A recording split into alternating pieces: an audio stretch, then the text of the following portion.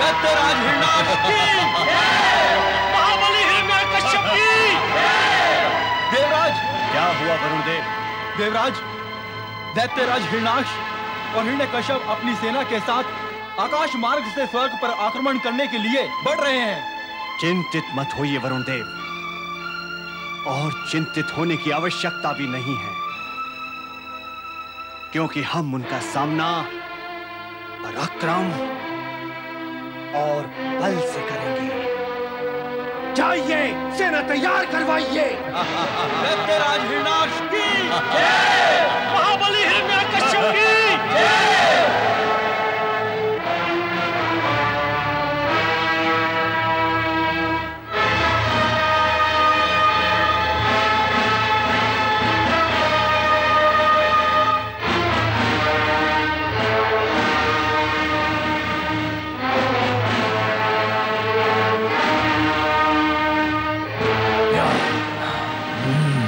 स्वर्गाधिपति देवराज इंद्र की जय। अजय असुर सैनिकों, अब हम अपने लक्ष्य स्वर्ग लोक के समीप आ पहुंचे हैं। अब हमें स्वर्ग लोक पर आक्रमण करके उस पर विजय प्राप्त करनी है। इन शक्तिहीन श्रीहीन देवताओं को स्वर्ग से निकालकर पृथ्वी पर फेंक दो। असुरराज हिरण्याक्ष की जय। देवताओं में अब हमसे टकराने की शक्ति नहीं रही, वे दुर्बल हो चुके हैं।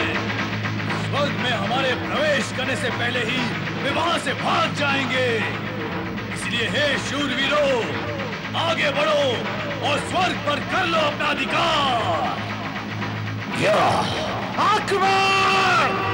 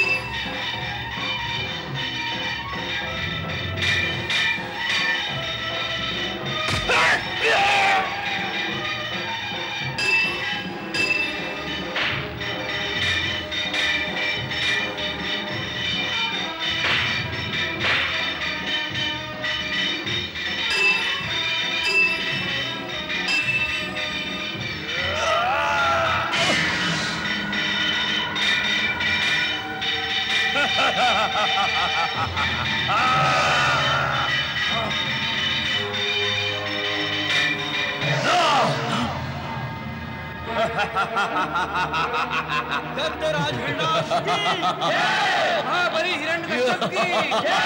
महाबली हिरण्यकश्यप की जय। असुरराज हिरण्याक्ष की जय। महाबली हिरण्यकश्यप की जय।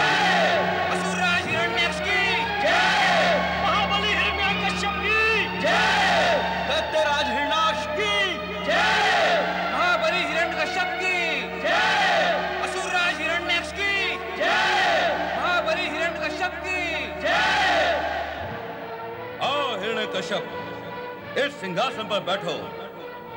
तीनों लोकों में सर्वश्रेष्ठ इस स्वर्गासन पर बैठकर स्वर्गीय सुख का भोग करो।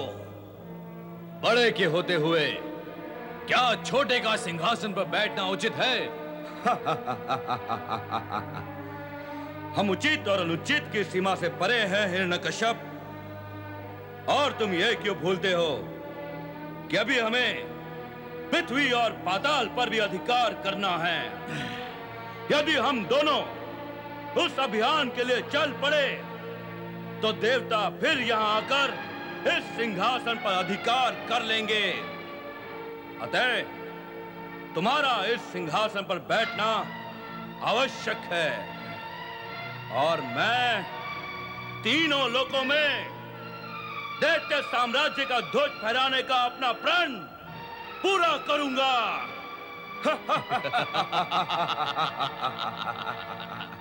सभी देवतागण भाग गए हैं।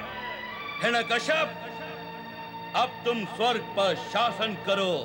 जो आज्ञा भ्राताश्री। महाबली हिरण्याक्ष की जय, महाबली हिरण्याक्ष की जय, महाबली हिरण्याक्ष की जय, महाबली हिरण्याक्ष की जय, महाबली हिरण्याक्ष की जय। ओम भूर्भुवः स्वः तत्सवितुर्वरेण्यं भर्गो देवस्य धीमहि धियो यो नः प्रचोदयात्। माता की जय हो। माता, दोनों बंधुओं ने स्वर्ग पर अधिकार कर लिया है। मैं जानती थी मेरे पुत्र मेरी मनोकामना अवश्य पूर्ण करेंगे। दोनों के शौर्य के सम्मुख टिक ही नहीं सके देवगण, पलायन कर गए स्वर्ग से। मेरे पराक्रमी पुत्रों के सम्मुख भला कौन टिक सकता है? अब महाबली हिरण्यकश्यप स्वर्ग के राज सिंहासन की शोभा बढ़ा रहे हैं।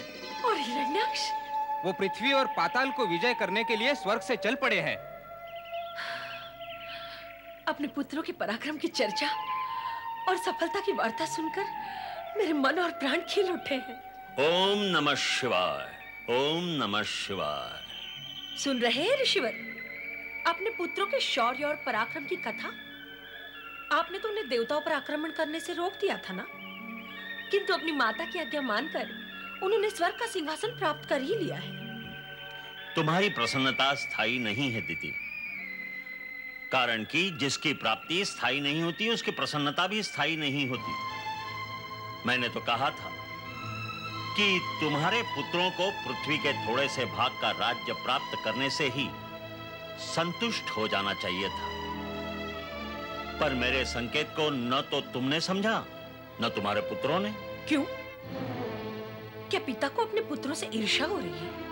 पिता को पुत्रों से ईर्ष्या है, यह विचार बुद्धिमान माता का नहीं हो सकता। मैं निर्बुद्धि सही, किंतु अपने पुत्रों का हित सोचती हूँ। जो निर्बुद्धि है वो दूरदर्शी तो हो ही नहीं सकती, और जिसमें न बुद्धि है न दूरदर्शिता, वो माता अपने संतान का हित कैसे विचार सकती है? कहना चाहते हैं कि मैंने अपने पुत्रों का अहित किया है? हाँ, मैं यही कहना चाहता हूं। तथ्य और सत्य भी यही प्रमाणित करते हैं कि अपने पुत्रों की महत्वाकांक्षा जागृत करके तुमने उनके लिए दुष्परिणामों के गड्ढे खोद दिए हैं, जिनमें गिरने पर उन्हें, तुम्हें, मुझे, सभी को कष्ट होगा। तुम ये कैसे भूल गई दीदी? अधिकाधिक अधिकार प्राप्त करके अधिक महत्वाकांक्षी बनकर हिरण्याक्ष और हिरण्यकश्यप अपनी शक्ति का दुरुपयोग करेंगे, निर्दोषों पर अत्याचार भी करेंगे। इन अत्याचारों का अंत कब और कैसे होगा जानती हो? नहीं, तुम नहीं जानती, पर मैं जानता हूं। इनके अत्याचारों का अंत करने के लिए कोई दिव्य शक्ति इनका भी अंत कर देगी। कैसे पिता हो तुम? अपने पुत्रों के प्रति दुर्भावना रखते हो? उनका उत्कर्ष नहीं देख सकते? यदि दूरदृष्टि से जो सत्य मैं देख सकता हूं वो तुम भी देख सकती, तो आधारहीन उत्कर्ष देखने के मिथ्या आकर्षण और लोभ से बच सकती थी। मुझे दूरदृष्टि से दिखाई देने वाला अप्रिय सत्य नहीं देखना है, मुझे अपने पुत्रों का उत्कर्ष देखना है, बस।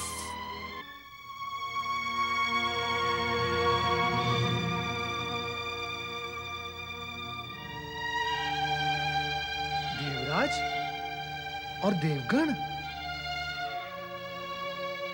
अरे अरे अरे अरे, देवराज यूं भयभीत होकर कहां भाग रहे हो? और भाग भी ऐसे रहे हो जैसे कोई बाघ को देखकर भागता है। क्या बताएं देवर्षि, हमारे तो कष्टों का अंत ही नहीं होता है। एक असुर मरता है तो दूसरा जन्म ले लेता है, उसके पश्चात उसकी दृष्टि स्वर्ग पर आ टिकती है। अर्थात फिर किसी असुर ने स्वर्ग पर अधिकार प्राप्त कर लिया है ना? नारायण नारायण। असुरों ने नहीं देवऋषि, असुर भ्राताओं ने। हिरण्याक्ष और हिरण्यकश्यप दोनों ने स्वर्गलोक पर अधिकार कर लिया। उन्होंने अधिकार किया नहीं है, आपने दे दिया है। हम ऐसा क्यों करेंगे देवर्षि? किया तो है, और ये सब करके आप भय से भागे चले आ रहे हैं।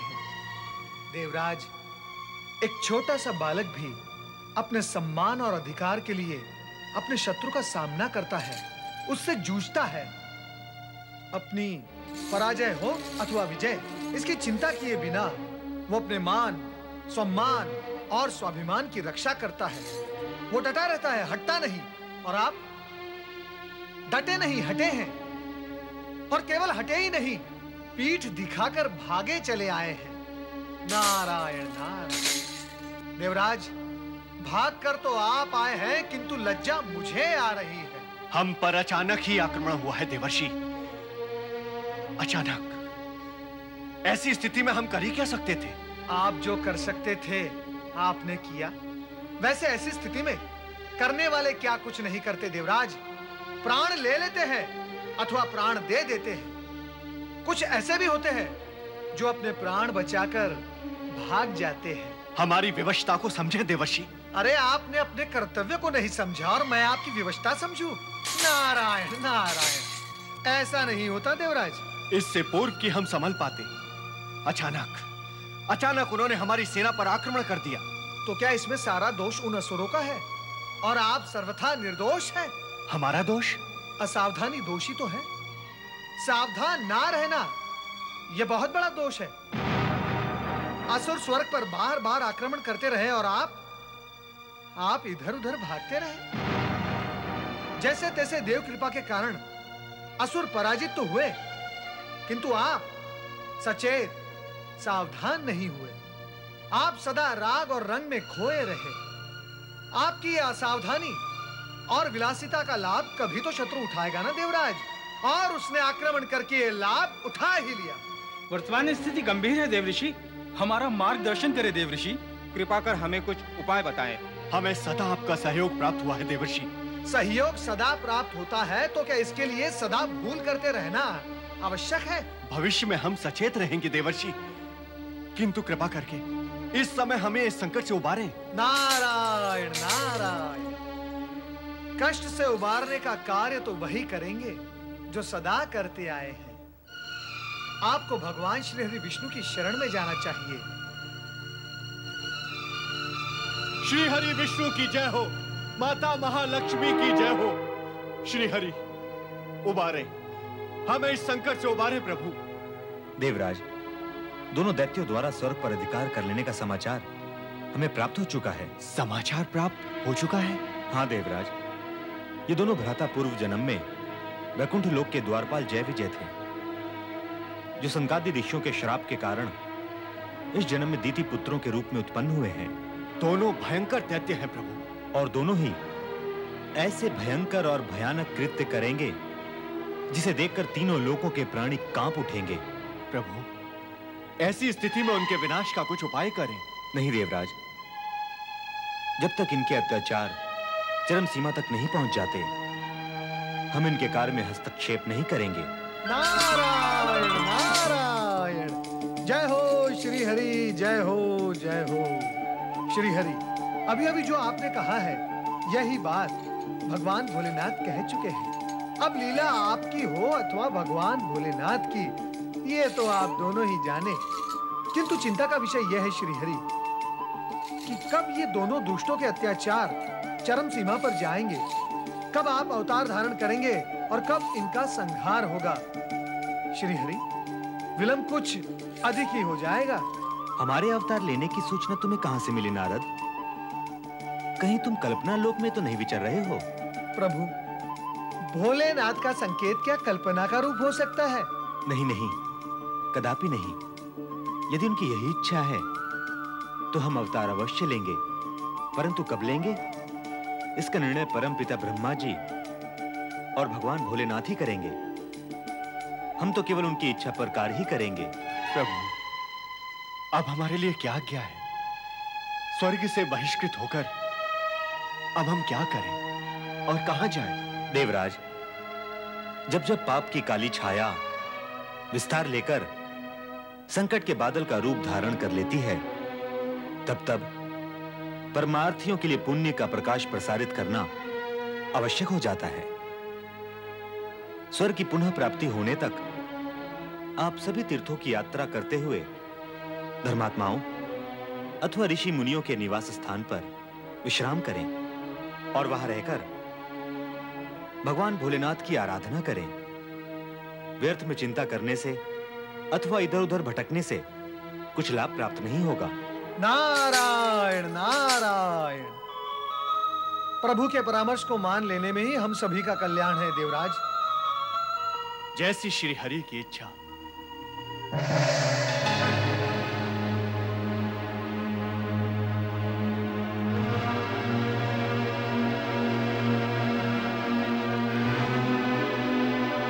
नारायण नारायण नारायण, श्रीमन्नारायण नारायण नारायण।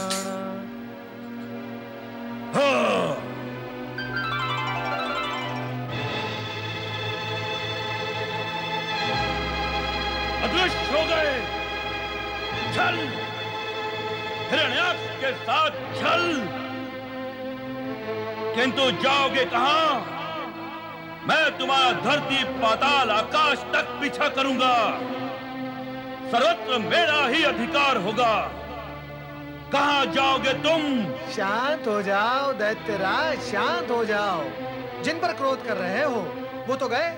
नारायण नारायण, अब व्यर्थ क्रोध करके अपना लाल वर्ण रक्त श्वेत वर्ण क्यों कर रहे हो, है ना? क्या कहा तुमने? दैत्यराज, मैंने जो कुछ भी कहा है आपके पक्ष में और देवगण के विपक्ष में कहा है। मुझसे भयभीत होकर तुम ऐसा कह रहे हो नारद? नहीं नहीं दैत्यराज, मेरे और आपके बीच भय की भीत नहीं, युगों युगों की प्रीत है। हा? मैं तो आपका शुभ चिंतक हूँ। क्या कहा? कौन से तक हो? शुभ चिंतक।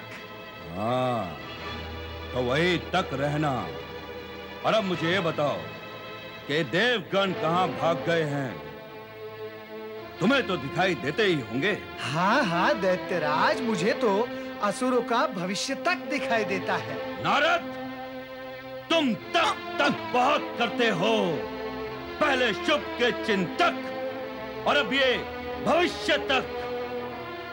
सीधे से ये बताओ कि ये देवगण कहाँ छुपे हैं? वही तो मुझे ज्ञान नहीं है दैत्यराज, किंतु मुझे आश्चर्य इस बात का है कि आप जैसा महाबली अपने उद्धार की बात छोड़कर ये पराजित देवगण के पीछे घातक क्यों बना है? फिर वही तक, पहले शुभ का चिंतक, फिर भविष्य तक और अब ये घातक। मेरे क्रोध को और ना भड़काओ नारद। एक तो तुम्हारा ये तक मुझे सुहाता नहीं, दूसरे देवगण के विषय में ना बताकर तुम बातें बना रहे हो और अब मेरे उद्धार के लिए मुझे उपदेश दे रहे हो। इसका परिणाम जानते हो? अवश्य। अनावश्यक रूप से किसी को कष्ट देने अथवा दुष्टता करने का परिणाम कष्टकारक ही होगा ना दैत्यराज। तो फिर क्यों कर रहे हो दुष्टता? प्रश्न मेरा था, आपने पूछ लिया। प्रश्न सदा शक्तिवान ही दुर्बल से करता है। यही तो मैं कहता हूँ, यही तो मैं कहता हूँ दैत्यराज कि प्रश्न सदा शक्तिमान ही पूछता है। फिर भला आपने क्यों पूछ लिया? फिर वही दुष्टता, फिर वही प्रश्न। मैं प्रश्न पूछूंगा और तुम उत्तर दोगे। परिस्थितिवश कभी-कभी ऐसा होता है कि प्रश्न। क्या है आपका प्रश्न? तुम बहुत दुष्ट हो नारद, फिर प्रश्न कर लिया। तुम मुझे ये बताओ कि मैं देवगण को कहां खोजूं? आवश्यकता क्या है उन्हें ढूंढने की? फिर प्रश्न नहीं, आगे कहो। असुरराज, मैं ये भलीभांति जानता हूं कि आप पृथ्वीलोक और पाताललोक पर विजय प्राप्त करने की विजयी कामना से स्वर्ग से यहां आए हैं, किंतु मुझे भविष्य स्पष्ट दिखाई दे रहा है। जब तक आप एक पुत्र के पिता नहीं बन जाते, तब तक आपके मन की कामना कभी पूर्ण नहीं होगी। क्या कहते हो नारद? नारायण नारायण, मैं कौन होता हूं कहने वाला? ये तो विधि का विधान कहता है। तुम ठीक कहते हो नारद। मेरे पिता कश्यप ऋषि ने भी विजय अभियान पर निकलने से पहले मुझे यही कहा था, किंतु उन्होंने मुझे यह भी कहा था कि मुझे पुत्र पत्नी से नहीं तपस्या के द्वारा प्राप्त होगा। आपके पिता ऋषि कश्यप ने सत्य ही कहा था और आपके हित में कहा था, और मैं भी आपके हित का विचार करते हुए आपसे यही कहूंगा कि आप अविलंब पर्वत शिखर पर जाकर भगवान भोलेनाथ की आराधना आरंभ करें। वो तो आशुतोष है, शीघ्र ही प्रसन्न हो जाते हैं। आप उनसे वरदान में पुत्र मांगेंगे तो वे तुरंत आपकी मनोकामना पूर्ण कर देंगे। वो सब तो ठीक है, किंतु क्या तुम मुझे ये बता सकते हो नारद कि पृथ्वी और पाताल पर विजय करने से पूर्व मुझे पुत्र प्राप्ति की आवश्यकता क्यों है? फिर आपने प्रश्न किया। मैं आपसे यही कहना चाहता हूं दैत्यराज कि आपने स्वयं अभी-अभी यही कहा था ना कि प्रश्न करने वाला नारायण नारायण। चलो भूल ही जाते हैं उस प्रसंग को, किंतु आपको इस बात का ज्ञान होना अति आवश्यक है दैत्यराज कि आपको पुत्र प्राप्ति के पश्चात उसके शुभागमन से आपके भीतर निहित संपूर्ण शक्तियां प्रकट हो जाएंगी, अनेक गुना बढ़ जाएंगी, और फिर आप पृथ्वीलोक और पाताल लोक पर सरलता से विजय प्राप्त कर सकोगे। तो फिर मुझे तुरंत शिव आराधना आरंभ कर देनी चाहिए। ये बात तो मैं आपको बता ही चुका हूं। नारायण नारायण, आपको तुरंत पर्वत शिखर पर जाकर शिव आराधना आरंभ कर ही देनी चाहिए दैत्यराज।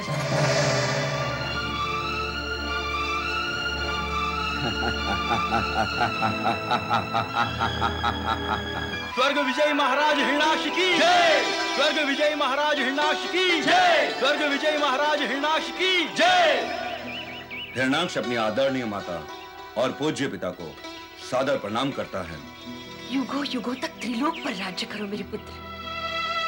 परंतु पुत्र हिरण्याक्ष, मुझे बताया गया कि तुम पृथ्वी और पाताल की विजय यात्रा पर गए हो।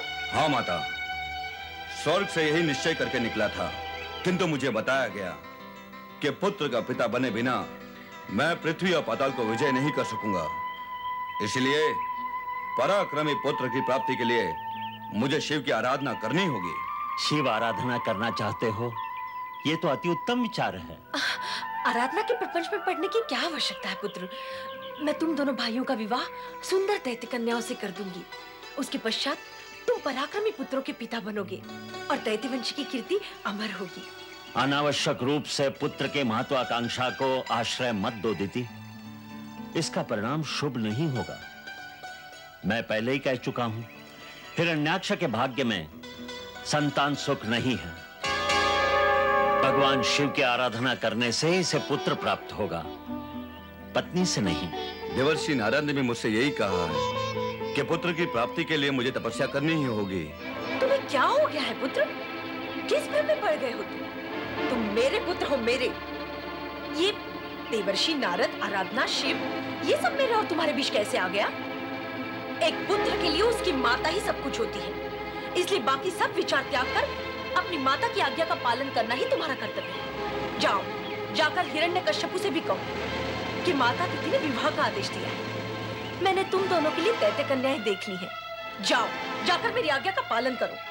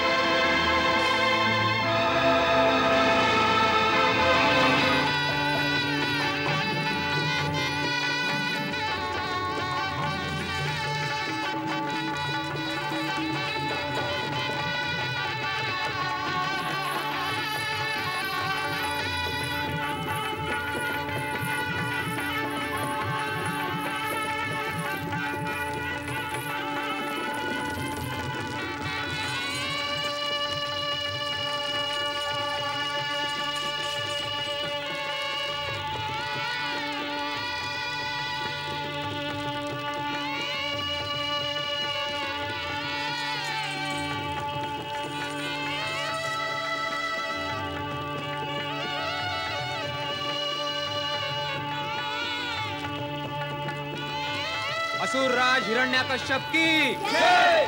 राज रानी कयाधु की जय। असुर राज हिरण्यकश्यप की जय।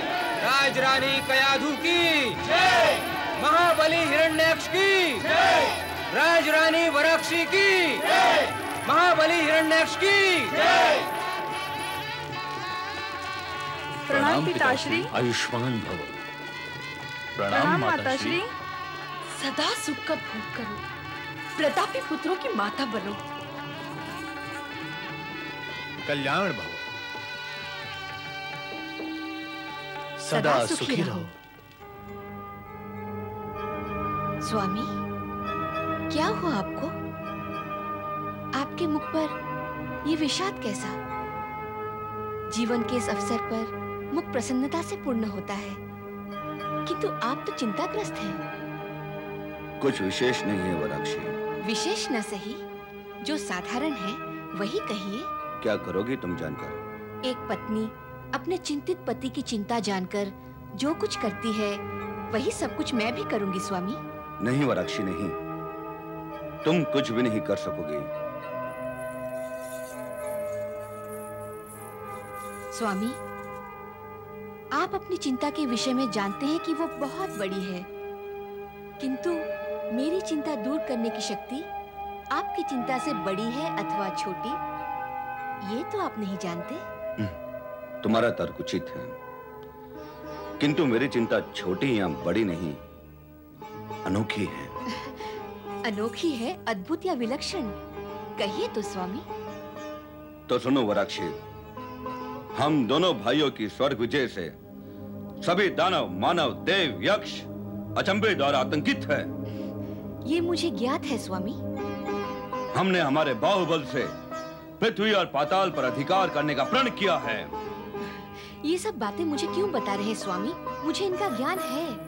आप मुझे वो सब बताइए जिसके बारे में मैं कुछ भी नहीं जानती। तो जान लो वो सत्य जिसने हमें चिंतित कर रखा है। मैं पृथ्वी और पाताल पर तब तक विजय नहीं कर सकता जब तक एक पुत्र का पिता न बन जाऊं। तो जान लो वो सत्य जिसने हमें चिंतित कर रखा है।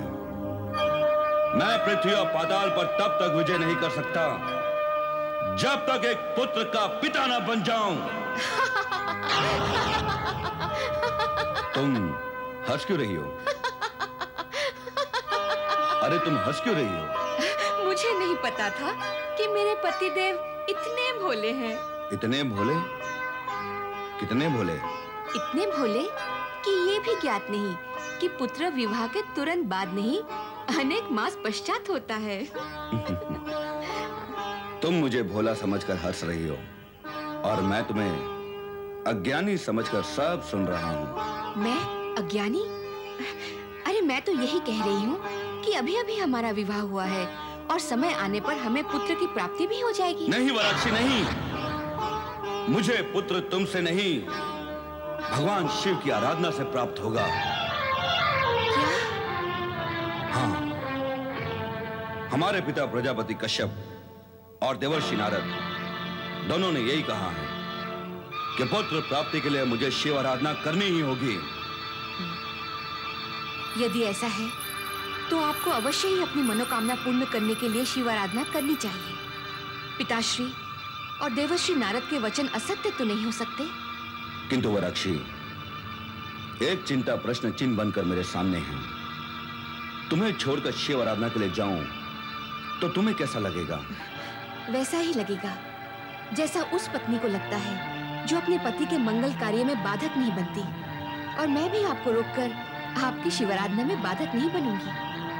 मैं यही सोचकर चिंतित था कि विवाह के तुरंत बाद तुम्हें इस प्रकार छोड़कर आराधना के लिए जाना क्या उचित होगा? शिव के समीप जाने में अनुचित क्या? वो तो सर्वोपरि हैं। उनके आगे मैं और अन्य नाते सब छोटे हैं। आप सहर्ष जाएं स्वामी।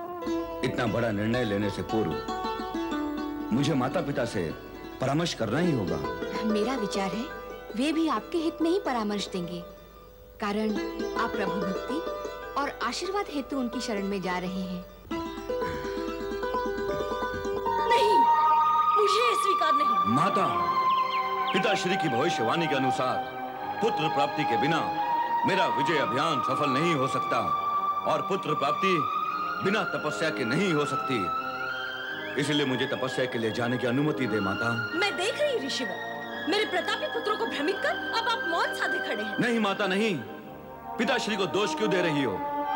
ऐसी भविष्यवाणी तो देवर्षि ने भी की थी। पिताश्री हो या देवर्षि, सब दूसरों को श्रीहीन करने का प्रयत्न करने में लगे रहते हैं। देवर्षि नारद तो है ही देवताओं का मित्र और हमारा शत्रु, और अब तुम्हारे पिताश्री भी। क्या कहूं, उस नारद ने तो हम दैत्यों के साथ सदा ही छल कपट का व्यवहार किया है। मुझे तो उसकी भविष्यवाणी में भी कपट दिखाई देता है।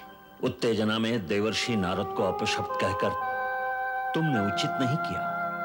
स्वार्थ और मनोकामना के पूर्ण न होने से सभी प्राणी अपना दोष न देखकर दूसरों पर ही दोषारोपण करते हैं। फिर न कोई पति को देखता है, न पिता, पुत्र और देवता को। तुम भी भूलकर वैसा ही करने जा रही हो। नारद तो सदा सभी प्राणी मात्र के हित और परोपकार के लिए प्रवृत्त रहते हैं।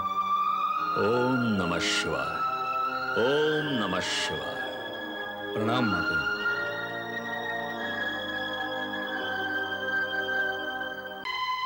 देवराज, हमें धर्म स्थलों एवं तीर्थ स्थलों में जाकर भगवान शिव का नाम स्मरण करने का आदेश हुआ है, और नाम स्मरण से ही हमें धैर्य और शक्ति प्राप्त होगी।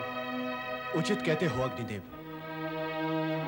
किंतु ये कार्य हम किसी सुरक्षित स्थान पर जाकर ही पूर्ण कर सकते हैं। पृथ्वी लोक ही इसके लिए उचित एवं उपयुक्त स्थान है। इस वेश में पृथ्वी पर जाना क्या उचित होगा? पवन देव, हमें यह देव रूप त्याग कर मानवीय रूप धारण करना होगा। आप सत्य कहते हैं देवराज।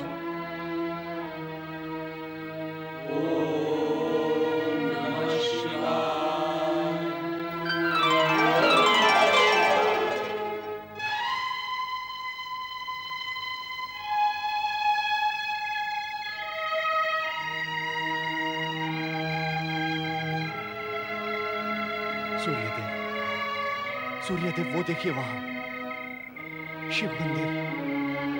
देवराज, भोलेनाथ के शरणागत होकर हमें इस कष्ट के शूल से मुक्ति पानी होगी। ठीक कहते हो। त्रिशूलधारी त्रिपुरारी दया निधान ही हमारा उद्धार कर सकते हैं। आओ आओ, हम सब चलकर वहां उनकी स्तुति करते हैं। आइए।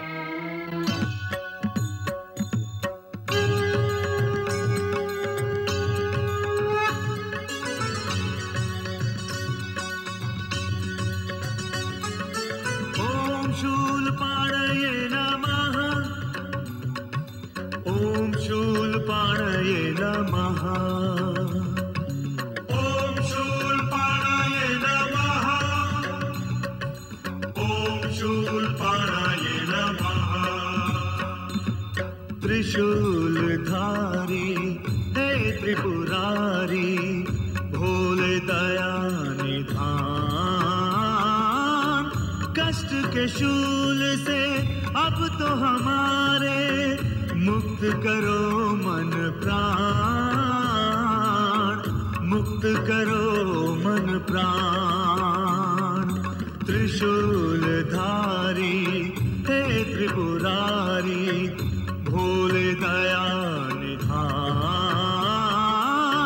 कष्ट के शूल से अब तो हमारे मुक्त करो मन प्राण, मुक्त करो मन प्राण। ओम शूलपाणये नमः, ओम शूलपाणये नमः।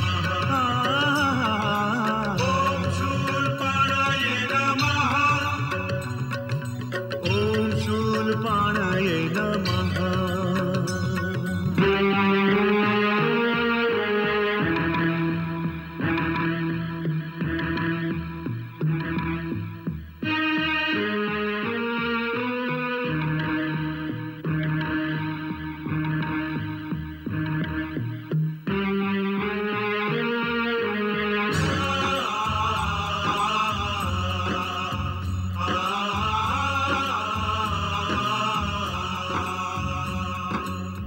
असुरों के छल बल से शंभो, हम सब हैं आतंकित।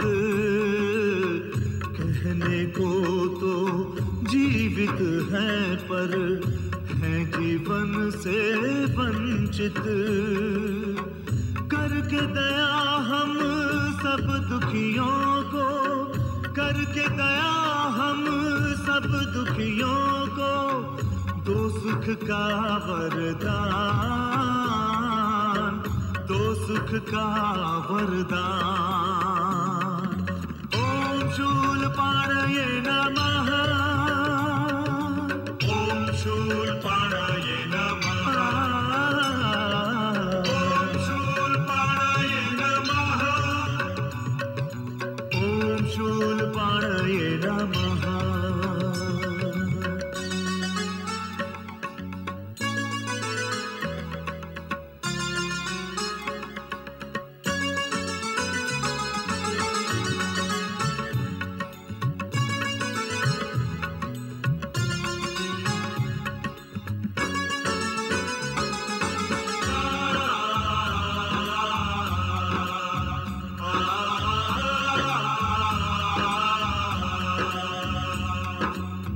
तम में है सिमटा उजियारा, सत्य असत्य से हारा, धर्म अधर्म में लुप्त है बहती, पुण्य में पाप की धारा। जागो भोले नाथ बदल दो, जागो भोले नाथ बदल दो, विधना का ये विधान, विधना का ये विधान। ओम शूलपाणये नमः, ओम शूलपाणये नमः, ओम शूलपाणये नमः,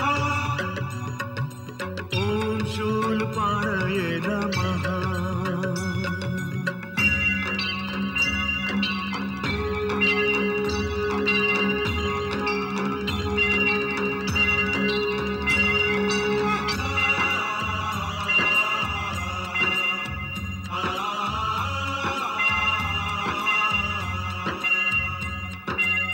कृपा आपकी होगी सदा शिव, हर्ष विहर्षित होगा,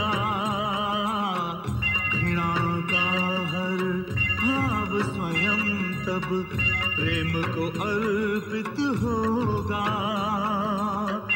मानव के संग मानवता का, मानव के संग मानवता का, होगा ना अपमान,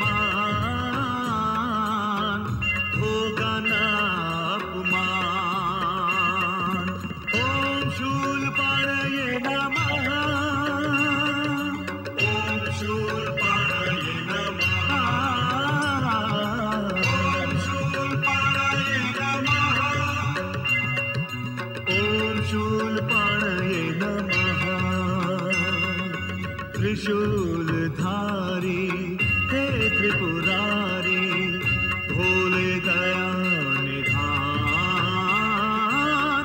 कष्ट के शूल से अब तो हमारे मुक्त करो मन प्राण, मुक्त करो मन प्राण।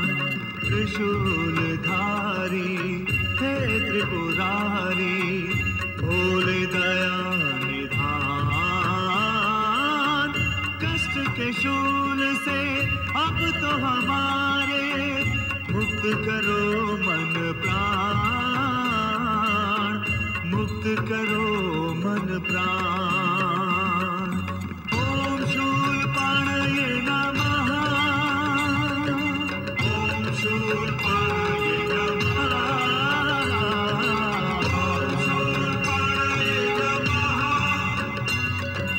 ओम शूलपाणये नमः।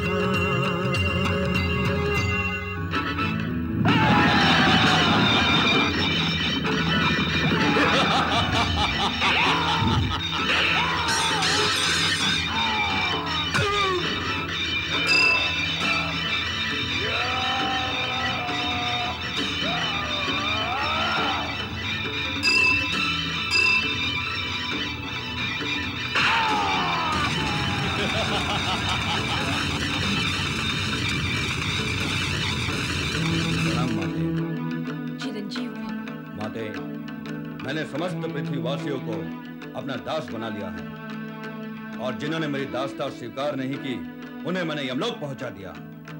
ऐसा करके तुमने मेरी आत्मा को शांति पहुंचाई है पुत्र।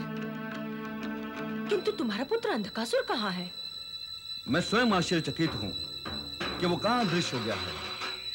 शिव ने मुझे वरदान दिया था कि जब तक वो मेरे साथ है कोई भी मेरा अहित नहीं कर पाएगा और मैं विश्व विजय निश्चित कर लूंगा। तुम्हारी विश्व विजय निश्चित हो चुकी है पुत्र। अब तुम अपनी प्रतिज्ञा के अनुसार पृथ्वी को पाताल लोक में ले चलो। अवश्य माते।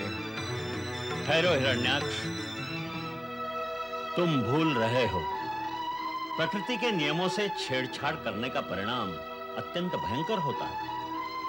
पृथ्वीलोक को पाताल लोक ले जाने का विचार एक प्रकार से विनाश को निमंत्रण देना है। श्री ब्रह्मा जी ने सृष्टि रचना सुनियोजित ढंग से की है। इसमें तनिक सा भी परिवर्तन विनाशकारी होगा। इसलिए पृथ्वी को पाताल ले जाने का विचार त्याग दो। दैत्य जो प्रतिज्ञा करते हैं उसे पूर्ण करते हैं ऋषिवर। इसलिए इस विषय में आपका कुछ कहना व्यर्थ होगा। पिताश्री, माता ठीक कह रही हैं। अब मैं अपने निश्चय और प्रण से नहीं हट सकता, परिणाम चाहे जो भी हो। अब विलंब न करो पुत्र। अपनी चमत्कारी गदा के बल से पृथ्वी को समुद्र में डुबोकर पाताल तक पहुंचा दो। जैसी माता की आज्ञा। दैत्यराज हिरण्याक्ष की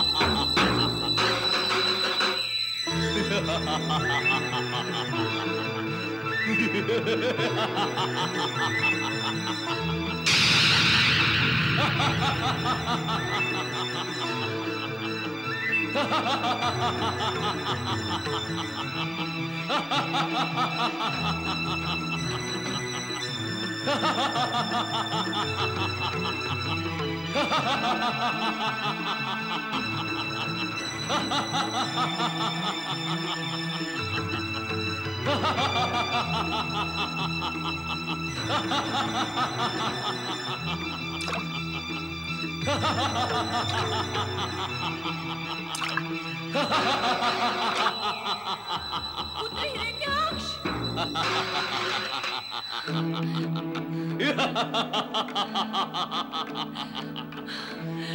पुत्र हिरण्याक्ष, तुमने पृथ्वी को पाताल लोक में पहुंचाकर मेरे मन को शांति और प्रसन्नता पहुंचाई है पुत्र।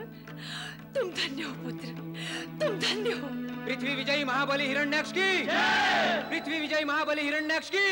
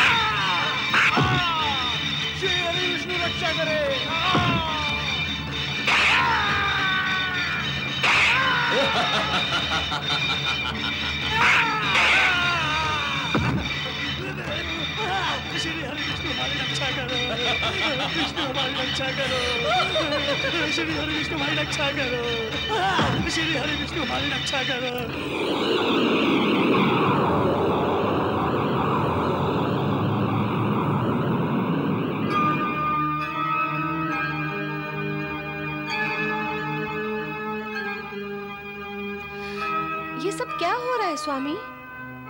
देवी पार्वती,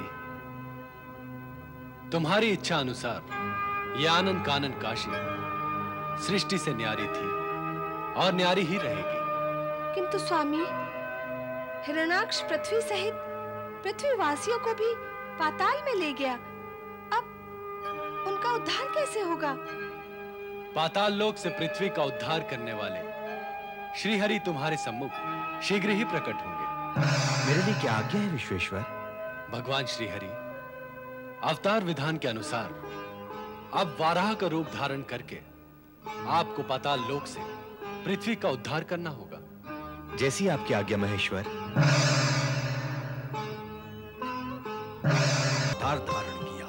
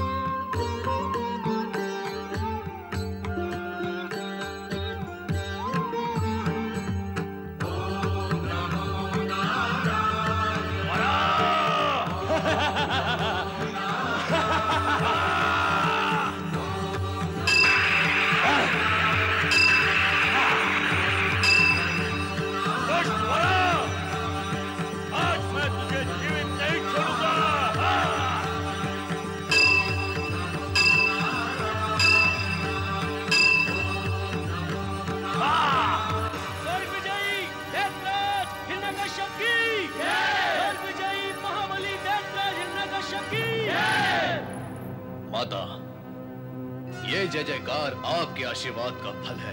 तुम्हारा शौर्य और पराक्रम फलित हुआ है पुत्र। अब मुझे उस दिन की प्रतीक्षा है जब तुम तीनों लोकों पर विजय प्राप्त करोगे।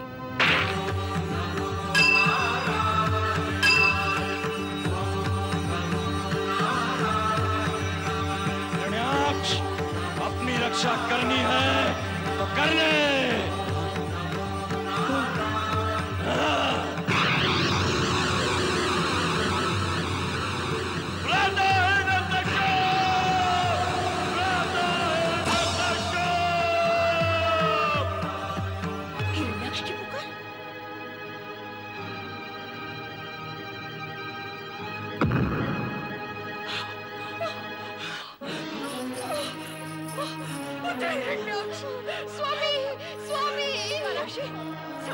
भ्राता हिरण्याक्ष, ये क्या हुआ?